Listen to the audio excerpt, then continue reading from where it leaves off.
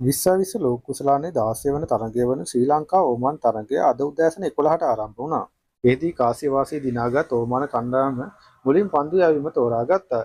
ඒ අනුව මුලින්ම පන්දුවට පාරදුණු ශ්‍රී ලංකා කණ්ඩායම පන්දු වාර 20 තුළ කඩලු 5ක් පමණක් දැවී ලකුණු 225ක් රැස් කළා.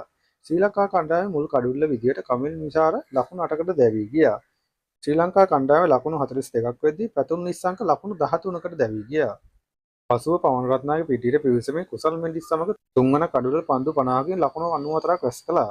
එහිදී පවන් රත්නායක පන්දු 28කින් ලකුණු 60ක් රැස් කළා. එම අර්ධ ශතකයට 4 පාර 8ක් සහ 6 පාරක් ඇතුළත් වුණා. පවන් රත්නායක දැවී යාමත් සමග පිටිය පිවිසුණු දසුන් ශානක වේගවත් අර්ධ ශතකයක් රැස් කරමින් පන්දු 20කින් ලකුණු 50ක් රැස් කළා. එම ඉනිමට 6 පාර 5ක් සහ 4 පාර 2ක් ඇතුළත් වුණා. දසුන් ශානක 4 වන කඩුවල ලෙස දැවී යන විට ශ්‍රී ලංකා කණ්ඩායම ලකුණු 99ක් රැස් කරන තිබුණා. ශ්‍රී ලංකා කණ්ඩායම පස්වන කඩුල්ල ලෙස කුසල් මෙන්ඩිස් දුවද්දී දැවී යාමකට ලක් වුණා. ඒ විට අද ශතකයක් ලබාගෙන සිටි කුසල් මෙන්ඩිස් පන්දු 45 තුළ ලකුණු 61ක් ලබාගෙන හිටියා. ඔහුගේ ඉනිමට 4 පාර 7ක් ඇතුළත් වුණා. ඕමාන කණ්ඩායම වෙනුවෙන් ජිතෙන්සිය පන්දු වාර 4 තුළදී ලකුණු 41ක් ලබා දී කඩලු දෙකක් දබා ගත්තා.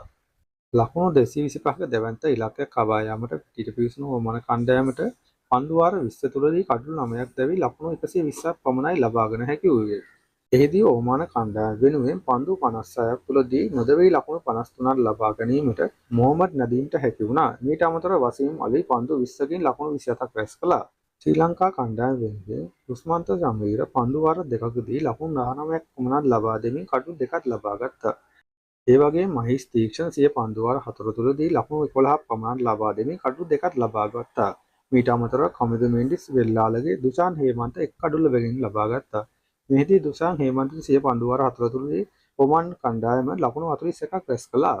තරගයේ වීරයා සම්මානය දිනාගත්තේ වේගවත් අර්ධ ශතකයක් රැස් කළ පවන් රත්නායක.